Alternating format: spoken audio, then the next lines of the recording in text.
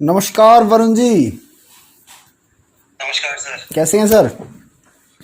बढ़िया सर, आप बताइए कैसे हैं। बिल्कुल ठीक सर। सर आपने ये एक एप्लीकेशन लगाई थी जो अभी 2 दिन पहले केस हुआ है, हमारे दिल्ली पुलिस के सिपाही जो हैं अमित राणा जी, जिनका हमने जी सुनने में आया कि भाई वो कई हॉस्पिटल्स में गए लेकिन उनको जो है एडमिट नहीं किया गया।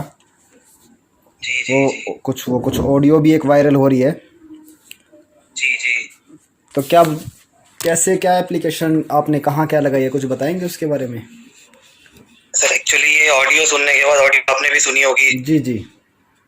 ऑडियो सुनने के बाद, being a citizen of India और बीइंग अ कॉमन मैन, इतना इतना पेनफुल था वो सुनना, और इतना हार्ट टचिंग था वो कि ग्राउंड रियलिटी बताई उसने हमें जी। कि जो फ्रंट लाइन वॉरियर्स जो हमारे लिए 24 घंटे ड्यूटी कर रहे हैं हम्म। अपनी जान पे खेल के, उनके साथ अगर ऐसा हो सकता है तो किसी के भी साथ ऐसा हो सकता है। आपने ऑडियो में सुना होगा कि वो जब ड्यूटी से घर पर पहुंचे, उसके बाद रूममेट्स को बताया कि उनकी तबीयत ठीक नहीं है। उसके बाद वो एक से लेकर दूसरे डॉक्टर, दूसरे हॉस्पिटल, तीसरे हॉस्पिटल, हर जगह अप्रोच किया उन्होंने, पर कहीं भी किसी भी हॉस्पिटल ने उन्हें ट्रीटमेंट देने से मना कर दिया।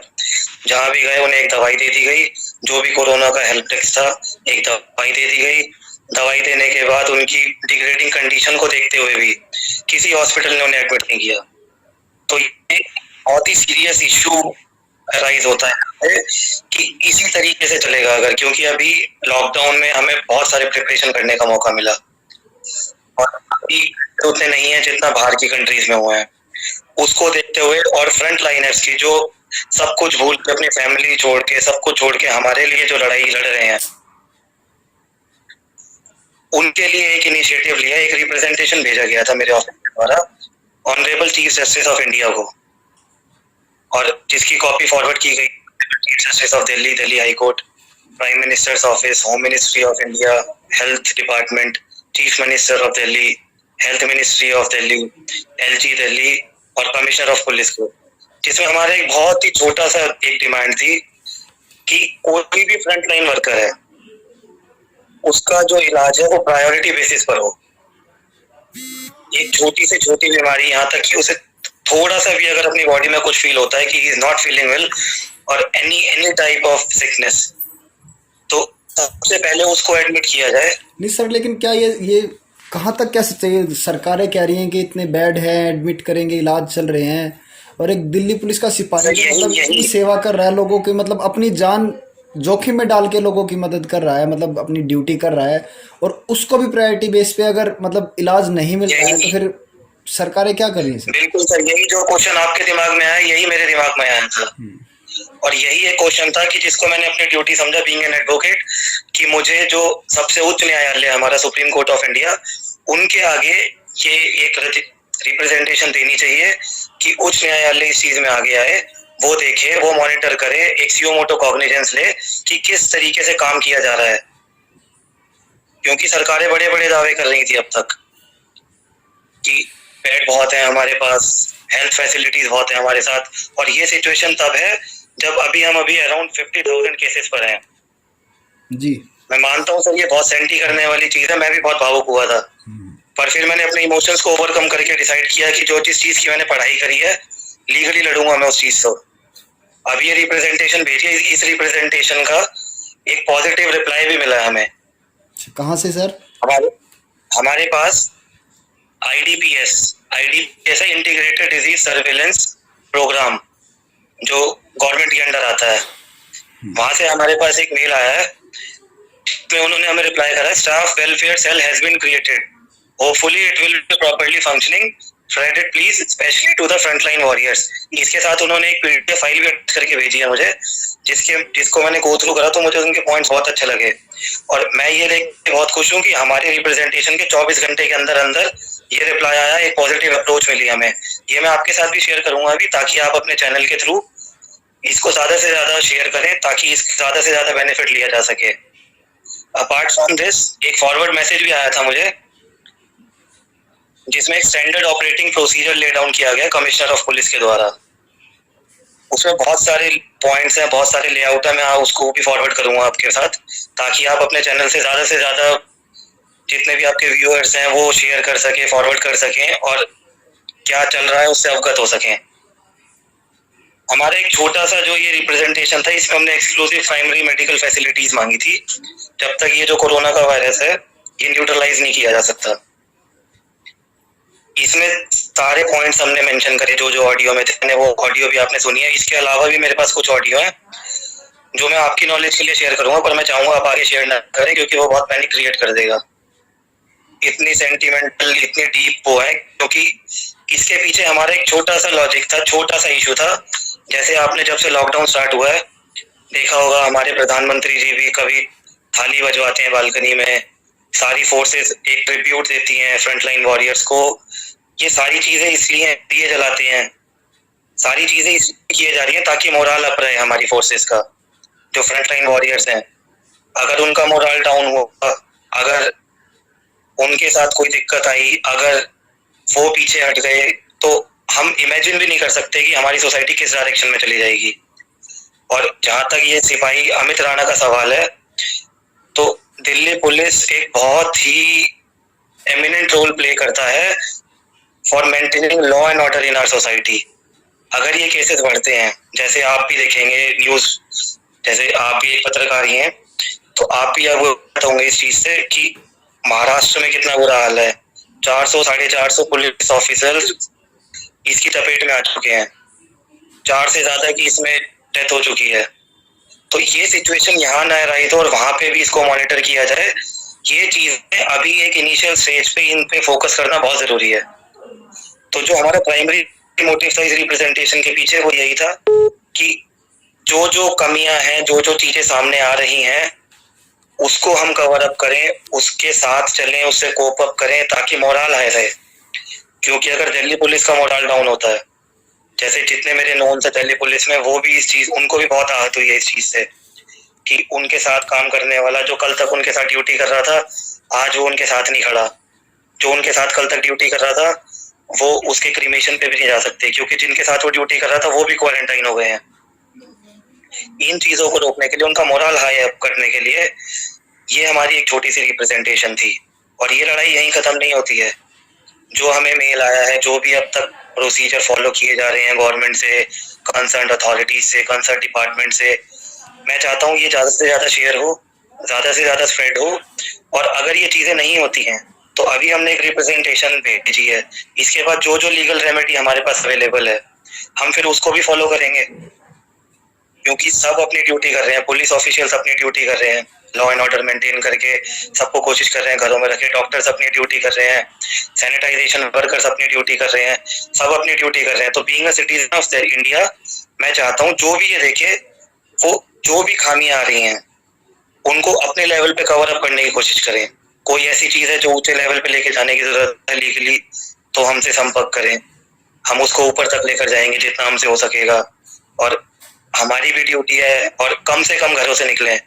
गवर्नमेंट ने भले ही लॉकडाउन को थोड़ा सा ईज कर दिया है, पर कोरोना खत्म नहीं हुआ है। बिल्कुल, ये वायरस अभी है और हमारी सोसाइटी में है। बिल्कुल सर, तो बिल्कुल। जब तक पूरे इसका विश्व पे वैक्सीनेशन या ऐसी कोई क्योर बीमारी नहीं आई बनता है, है। मैं एक अपील करना चाहता हूँ आपके चैनल के माध्यम से जी, कि कम से कम घरों से बाहर निकलें, जितना हो सके वर्क फ्रॉम होम करें। मैंने भी अभी रिप्रेजेंटेशन भेजी है। आजकल डिजिटल इंडिया और टेक्नोलॉजी इतनी एडवांस हो गई है, आप घर बैठे सब कुछ कर सकते हैं। जी, जी, जी। इंटरनेट फैसिलिटी सबके साथ अवेलेबल है, सबके पास अवेलेबल है। तो मेरी एक ये छोटी सी रिक्वेस्ट है कि उनका जो फ्रंट लाइन वॉरियर्स है, उनका भी काम थोड़ा सा ईज करें, कि घर पे रहें, क्योंकि उन पे भी बर्डन ना डले। जो बहुत जरूरी चीजें हैं उनके लिए तो सरकार ने ईज कर दिया है, पर खामखा ना निकलें, खामखा ना निकलें, किसी के संपर्क में ना आए, और ये मान के चलें कि सामने वाले बंदे को कोरोना है, इतनी सोशल डिस्टेंसिंग रखें। और ये अभी नहीं, जो स्टैटिस्टिक्स WHO की और जो रिसर्चेज आ रही हैं, वो ये दिखाती हैं कि 1 साल लग सकता है, मई 2021 तक हमें ये फॉलो करना पड़ सकता है। जी, तो मैं चाहता हूँ ये आप थोड़ा सा इसे स्प्रेड करें अवेयरनेस को, और सारे अपनी ड्यूटी समझें इस चीज को, चलिए। भले ही वो डायरेक्टली इनडायरेक्टली सिस्टम से कनेक्टेड है नहीं है। तो मतलब जो ये आपने फिर अब सर ये जो एप्लीकेशन लगाई है, तो इसका अब पॉजिटिव और क्या कुछ मिल सकता है? जैसे अमित राणा को अब दिल्ली गवर्नमेंट कुछ अनाउंस करेगी अमाउंट देने का, या इस तरह से जी जी जी जी जी, मैं इस ये तरह की बताना चीजें आ भूल रही गया हैं, आपको। लेकिन मैं जो हमारी रिप्रेजेंटेशन है ये भी आपको फॉरवर्ड करूंगा। इसमें हमारा जो प्रेयर क्लॉज है लास्ट में। हाँ, तो मैं सिर्फ ये आपका जो कुछ रिप्लाई आया है, तो क्या आगे जो अब और दिल्ली पुलिस के सिपाही हैं या और भी जो भी मतलब वॉरियर्स लगे हुए हैं कोरोना में इस समय, तो उनके लिए मतलब कुछ प्रायोरिटी बेस पे कुछ सुविधाएं उपलब्ध हो पाएंगी? जी जी जी, मैं उसी पे आ रहा हूँ सर। जो हमारा प्रेयर क्लॉज था इसमें रिप्रेजेंटेशन में लास्ट में, इसमें सबसे पहली चीज हमारी ये थी, प्रायोरिटी बेसिस पे जितने फ्रंटलाइन वॉरियर्स हैं उनको ट्रीटमेंट दिया जाए।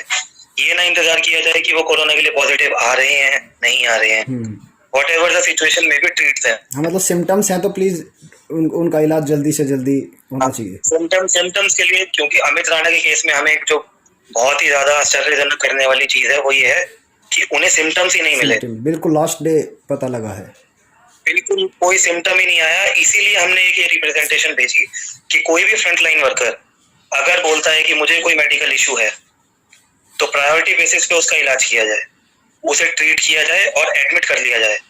इससे क्या होगा, दूसरों को भी हौसला मिलेगा। अभी क्योंकि मोरल डाउन हो रहा है इस चीज से, दिल्ली पुलिस का भी और फ्रंटलाइन वर्कर्स का भी, कि सारे गेट हमने खड़खड़ाए, सारे हमने चीजें करी। क्योंकि उन्होंने भरतनगर, मेरे को सुनने में आया, भरतनगर एसएचओ साहब से भी बात करी, उन्होंने बोला उस हॉस्पिटल में ले जाइए, पर वहां तक की नौबत ही ना आए। अगर पता लग रहा है और कंसर्न अथॉरिटीज को फ्रंटलाइन वॉरियर है, जस्ट एडमिट हिम। इसमें दूसरी चीज हमने ये मांगी थी कि पीपीई किट्स सिर्फ डॉक्टर्स को ही नहीं, पुलिस ऑफिशियल्स को भी दी जाए, सैनिटरी वर्कर्स को भी दी जाए, मास्क अवेलेबल कराए जाए, ग्लव्स अवेलेबल कराए जाए, प्रॉपर सैनिटाइजेशन की जाए उनकी। इसके साथ में उनकी डाइट का भी पूरा इंतजाम किया जाए, क्योंकि जैसे आपको पता होगा कि बॉर्डर सील हो गए हैं जी। दिल्ली में काम करने वाले बहुत परसेंटेज ऐसी है जो एनसीआर में रहती है दिल्ली पुलिस ऑफिशियल्स की, और मोस्टली वो जो कांस्टेबल से एसआई रैंक तक हैं जो बिल्कुल ग्राउंड पे रहते हैं। जी जी। मोस्टली जो इनकी परसेंटेज है ये एनसीआर या दूसरे स्टेट्स में है, जिसमें से सबसे ज्यादा परसेंटेज है हरियाणा से, जिनके लिए इजी नहीं है आना जाना। यहाँ पर उनके अपने घर नहीं है, कोई फैसिलिटी नहीं है उनके लिए। तो मैं ये चाहता हूँ प्रॉपर जो एक डाइट दी जाए उन्हें, जिसमें जैसे बताया जा रहा है विटामिन सी का इंटेक बहुत जरूरी है इस चीज में, विटामिन सी दिया जाए, प्रॉपर इंटेक दी जाए, जिससे उनका इम्यून सिस्टम इतना स्ट्रांग हो जाए कि ये वायरस को वो खुद ही कोप अप कर सकें। इसके बाद लास्ट में जो हमारा प्रेयर क्लॉज था इसमें था, further a proper amount of compensation may be decided for our front line warriors. जैसे मुझे अभी रिसेंटली न्यूज मिली है, कल हमने ये रिप्रेजेंटेशन भेजी है सारे कंसर्न ऑफिसेज में, तो हमारे केजरीवाल साहब सीएम जो है दिल्ली के, उन्होंने 1 करोड़ का कंपेंसेशन डिसाइड किया है अमित राणा के लिए। वो एक बहुत ही पॉजिटिविटी फैलाता है कि हम हैं आपके पीछे। मैं ये नहीं कहता कि जो 1 करोड़ का कंपेंसेशन है वो हमारे इतने जाबाज सिपाही को कंपेंसेट कर देगा। नहीं सर, 1 करोड़ रुपए वो दे रहे हैं, क्या वो इसके बदले ये चीजें जो अब ऐसे ही और ऑफिसर्स के साथ होता है वो ऐसे ही देते रहेंगे? ये इससे अच्छा कि पहले से कुछ तैयारियां क्यों नहीं करते? नहीं। क्योंकि बिल्कुल आपका पॉइंट मैं सहमत हूं आपके पॉइंट से। जैसा मैंने कहा, गए हैं लास्ट में आरएमएल में गए हैं, मतलब अगर ये फैसिलिटी अवेलेबल होते शायद ऐसी कोई नौबत ही ना आती, आज अमित राणा भी शायद जिंदा होता। जी, यही एक रीजन था सर। जो आपके क्वेश्चन अराइज हो रहे हैं कॉमन मैन के, उससे मेरे भी सेम क्वेश्चन अराइज हुए थे। मैं आपको ये रिप्रेजेंटेशन फॉरवर्ड करूंगा, इसमें सारे पॉइंट्स कवर करे हमने कि इस हॉस्पिटल से उस हॉस्पिटल लेकर गए, इवन अशोक विहार जो दिल्ली पुलिस का टेस्टिंग सेंटर है वहां लेकर गए, और वहां पे उन्हें ये कहा गया कि वहां पे कहा गया या किसी हॉस्पिटल में कहा गया कि जितने हम टेस्ट करते थे वो खत्म हो गए हैं, आज की जो हमारी अवधि थी वो समाप्त हो गई है। बहुत रिक्वेस्ट करने के बाद उनका टेस्ट किया गया। तो हमने ये कहा, डिमांड करी है सीनियर अथॉरिटीज से, ये सिचुएशन ही ना है। भले ही जो सीएम साहब ने 1 करोड़ रुपए देने का ऐलान करा है, ये एक पॉजिटिविटी फैलाता है, क्योंकि अब जो जाबाज सिपाही चला गया उसको तो हम वापस नहीं ला सकते। दूसरों को साथ रखने के लिए कि हाँ कोई उनके परिवार को देखने के लिए उनके पीछे से है। क्यों? क्योंकि जो बंदा ड्यूटी कर रहा है वो क्यों कर रहा है? हमारे लिए कर रहा है, अपने परिवार के लिए कर रहा है। और सिर्फ उनके परिवार ने इस जाबाज सिपाही को नहीं खोया है, हमने भी एक जाबाज सिपाही को खोया है। मैं उनसे कभी नहीं मिला, बिल्कुल मैं अमित राणा जी से कभी नहीं मिला, पर मेरे कुछ नोन है जो दिल्ली पुलिस में है। कोई हम साथ पढ़े थे कॉलेज में, स्कूल्स में, जो अब दिल्ली पुलिस में लग गए हैं, उनसे मेरी बात हुई थी, उनके साथ काम करता था। इतना पॉजिटिव रिस्पॉन्स आया उन नेचर को लेकर कि शायद ही इतना पॉजिटिव किसी नॉर्मल मैन के लिए भी आएगा। तो जो ये ऐलान किया गया 1 करोड़ की राशि का, ये नहीं बोलता कि ऐसे होता रहेगा और हम देते रहेंगे, ऐसी बात नहीं है। ये है कि जो नुकसान हो चुका है उसको हम नहीं बदल सकते। साथ में उन्होंने ये ऐलान करा है कि ऐसी सिचुएशन नहीं आएगी। जैसे ये स्टैंडर्ड ऑपरेटिंग प्रोसीजर्स जो कमिश्नर साहब ने करे हैं, सारे कंसर्न्ड अथॉरिटी, सारे कंसर्न डिपार्टमेंट्स अपने लेवल पे काम कर रहे हैं। और ये बहुत शॉकिंग था और फर्स्ट इंसिडेंट था, इसीलिए हमने इस पे एकदम एक्शन लिया। जी जी, एकदम बोला कि हमें ये दूसरा चाहिए ही नहीं। हमें we are least interested about the compensation. We are just concerned about the health and safety और of our frontline warriors. Definitely इस चीज पे हमारा प्राइमरी फोकस है। जी। साथ ही जो मुझे सुनने में आया है, जो अमित राणा जी की वाइफ थी, ये किसी स्कूल में कॉन्ट्रेक्चुअल बेसिस पे काम करती थी, उनको भी परमानेंट करने का ऐलान किया गया है। और जो हमारे MP हैं गौतम गंभीर साहब, उन्होंने जो इनका जो चाइल्ड है 3-4 साल का, उसको अडॉप्ट करने के लिए भी उन्होंने बोला है कि जो एक्सपेंसेस होंगे फ्यूचर में सारे वो कोप अप करेंगे। अब अभी मैं इस चीज की ऑथेंटिसिटी पे कमेंट नहीं कर सकता, क्योंकि इन चीजों को लेके मैं इतना बिजी हो गया हूँ कि बहुत सारे कॉल्स आ रहे हैं और बहुत सारे पुलिस ऑफिशियल्स की भी कॉल आ रही है जो थैंक्स कर रहे हैं, जिससे सिर्फ उनका नहीं, अब हमारा भी मोरल अप हुआ है कि हमने भी कुछ करा, कि हमने किसी चीज को दिमाग में रख के हमने ये चीज नहीं करी थी कि हमें कुछ अप्रिसिएशन मिले या कुछ मिले। मुझे ये भी नहीं पता था कि मैं आपके चैनल से भी कनेक्ट होऊंगा और कुछ हम पॉजिटिविटी शेयर कर पाएंगे। पर जैसे भी पता लगा तो हमारे लिए भी एक ये मोरल अप करने वाली बात है, जिससे हमें भी एनर्जी मिल रही है। और इसी एनर्जी को रखते हुए मैं ये बोलूंगा कि कहीं भी कोई भी इशू आता है तो मैं चाहूंगा आप हमें कनेक्ट करें, हमसे कनेक्ट हों, आपको कोई कनेक्ट करे, आपसे कांटेक्ट करे, हमसे कांटेक्ट करे। इस चीज को आगे जैसे जैसे होगा, इस लड़ाई को सब मिलकर साथ लड़ेंगे। चलिए, बहुत बहुत धन्यवाद वरुण जी। मैं सभी दर्शकों से भी यही कहना चाहता हूं कि जब ज़रूरत हो तभी बाहर निकले। कोरोना जो ये वायरस है ये बहुत खतरनाक है। बहुत से मतलब केसों में देखा गया कि सिम्टम्स नज़र ही नहीं आ रहे, तो आपकी वजह से और लोगों की जान भी खतरे में आती है। अपना भी ध्यान रखें, अपने घर वालों का भी, अपने यार दोस्तों का, पड़ोसों का, देशवासियों का, सबका ध्यान रखते हुए सिर्फ ज़रूरत पड़ने पर ही घर से बाहर निकलें, अन्यथा घर में ही रहें। तो ठीक है अमित जी, इस वीडियो को अब हम यहीं समाप्त करते हैं और अपने दर्शकों को भी यही राय देते हैं कि वो घर में रहें, सुरक्षित रहें। और इस वीडियो को सभी साथी देखें, शेयर करें और अपना और अपने परिवार का ध्यान रखें। नमस्कार, जय हिंद, जय भारत दोस्तों।